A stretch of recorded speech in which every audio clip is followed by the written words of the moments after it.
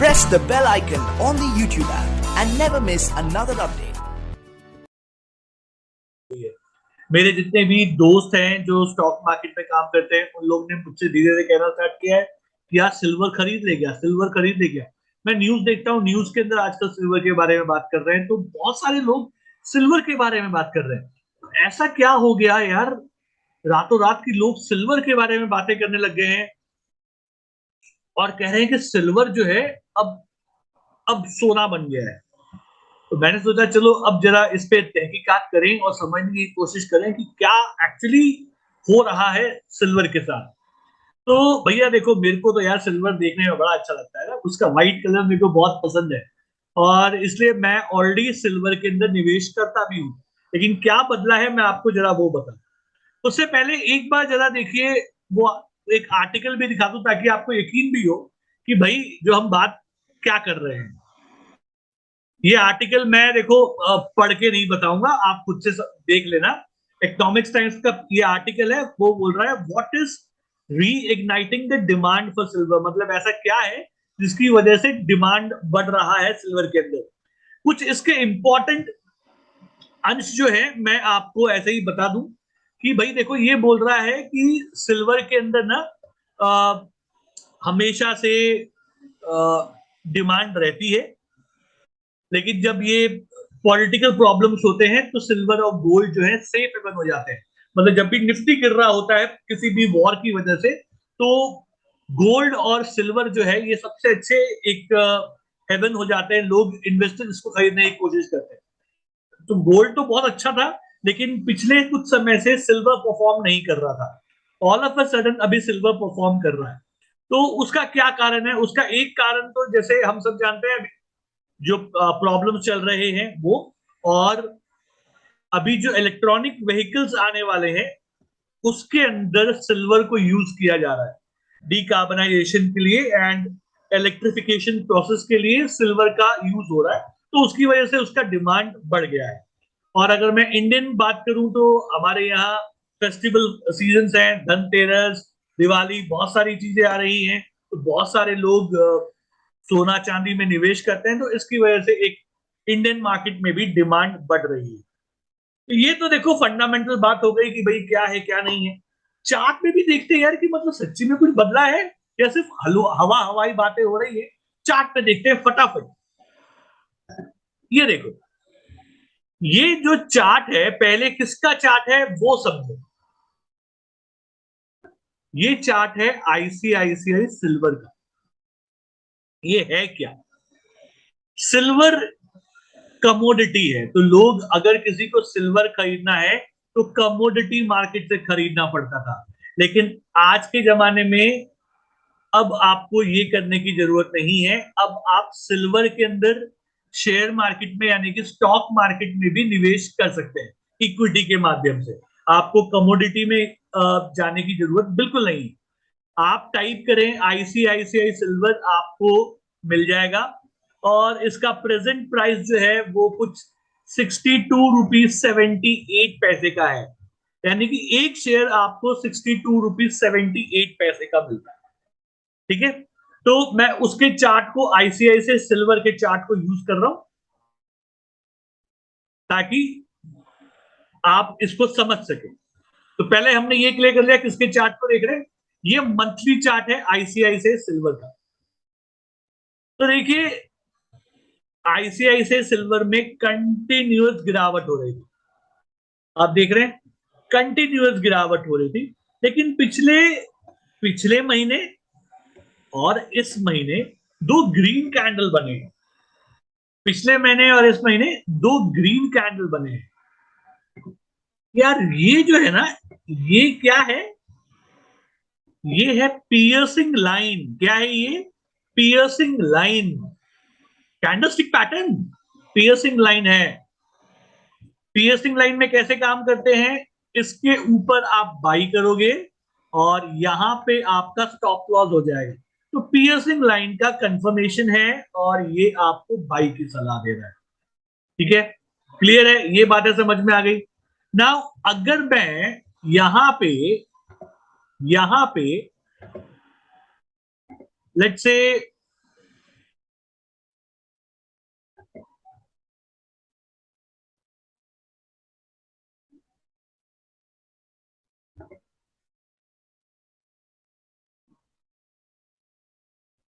Fibonacci का retracement लगाओ तो ऐसा लगता है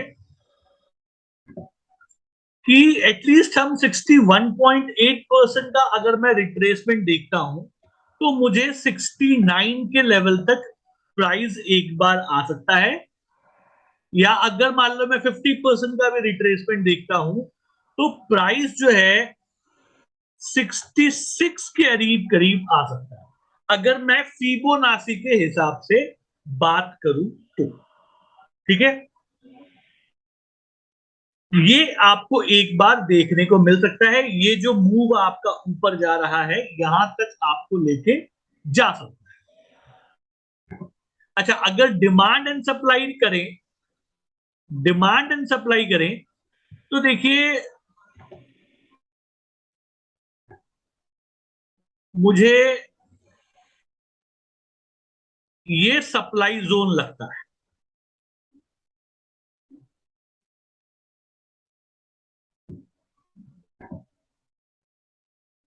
ये सप्लाई जोन है।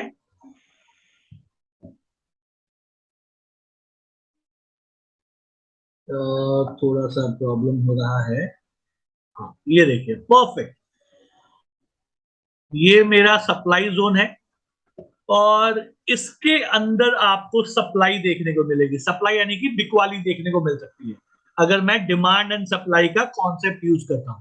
तो ये भी कहां तक आ रहा है, ये भी सर मोटा मोटी मेरा यहां तक आ रहा है, यहां तक आ रहा है। डिमांड एंड सप्लाई अगर आप नहीं जानते हो कि भाई डिमांड एंड सप्लाई क्या होता है, कैसे काम करता है, तो आप फटाफट मेरे मोबाइल एप्लीकेशन को डाउनलोड कीजिए मनी लॉजिक के, और वहां पे डिमांड एंड सप्लाई का एक स्पेसिफिक कोर्स है, जाके उसे कीजिए। और आप यकीन मानिए अगर आपको कैंडलस्टिक पैटर्न्स आते हैं और आप ये बहुत सारी चीजें जानते हो ना, जब आप वो डिमांड एंड सप्लाई का कोर्स करोगे आपके पूरे तोते एक साथ उड़ जाएंगे और आपको लगेगा अरे यार ये चीज मुझे पहले क्यों नहीं पता था।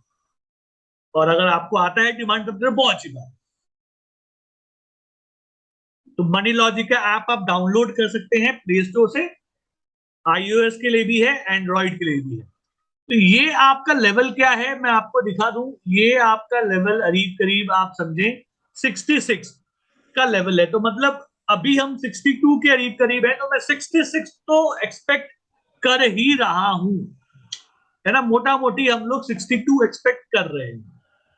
चलिए, अब एक बार मैं आपको जरा वीकली टाइम फ्रेम पे लेके चलूं। तो ये देखिए वीकली टाइम फ्रेम के अंदर क्या हालत है, जरा ये समझते हैं। ये वाला जो एरिया है ये आपका सप्लाई जोन है, ये वाला आपका सप्लाई जोन है, मतलब ये कह रहा है प्राइस अगर इसमें एंट्री मारेगा तो हो सकता है सेलर्स अच्छे से बिकवाली करना स्टार्ट कर दे। अपर बॉलिंजर बैंड आपका यहां पे है, अपर बॉलिंजर बैंड आज के तारीख के हिसाब से 65 रुपीज 57 का है। तो अगर बॉलिंजर बैंड को यूज करते हैं तो बॉलिंजर बैंड के हिसाब से भी आप 65 57 तक तो आप जा सकते हो। यहां पे आपको एमएसीडी में बाई दिखाई पड़ता है और आरएसआई के अंदर भी आपको बाई दिख रहा है वीकली चार्ट। ठीक है, तो जैसी खबर सुनने को मिल रही है तो उसके हिसाब से तो लग रहा है कि भाई सही है। डेली चार्ट अगर मैं देखूं तो ओ हो, डेली चार्ट के अंदर आप देख सकते हैं प्राइस में गिरावट थी और उसके बाद अब ये ऐसे करके ऊपर की तरफ जा रहा है ना, ऐसे करके ऊपर की तरफ जा रहा है। तो कहने का मतलब क्या हुआ कि आप, ये आपको बोल रहा है ट्रेंड ऊपर की तरफ है। आरएसआई अभी 68 का है और एमएसीडी के अंदर भी आपको बाई देखने को मिल रहा है डेली टाइम फ्रेम में। सो पॉजिटिव है। थोड़ा सा और देखते हैं और इसको नीचे लेके चलता हूं। 1 आवर के टाइम फ्रेम को देखते हैं और अच्छे से समझने के लिए।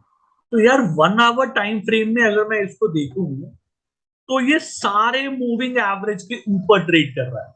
20 पीरियड, 50 पीरियड, ये ब्लू 100 पीरियड और ये 200 पीरियड। तो ये बहुत अच्छे संकेत माने जाते हैं किसी भी स्टॉक के लिए, यार मतलब बहुत अच्छा माना जा रहा है। तो ये ठीक लग रहा है।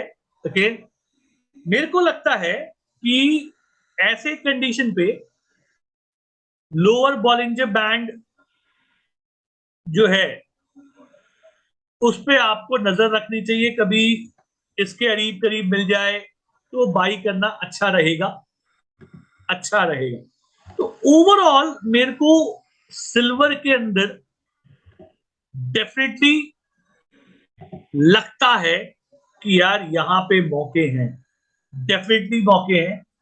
और सिल्वर अगर आप लंबे समय के लिए, सिल्वर देखिए मैं खुद निवेश करता हूं, तो सिल्वर अगर आप लंबे समय के लिए, 2-3 महीने की बात नहीं कर रहा हूं, साल भर की बात नहीं कर रहा हूं, लोग सोने और चांदी में सालों से इन्वेस्ट करते आए हैं। आपके बड़े बुजुर्ग आपको बोलते आए हैं कि भैया गोल्ड और सिल्वर में इन्वेस्ट करें। तो अगर आप इसमें निवेश कर रहे हैं सिल्वर के अंदर, मुझे इसका भविष्य अच्छा लगता है।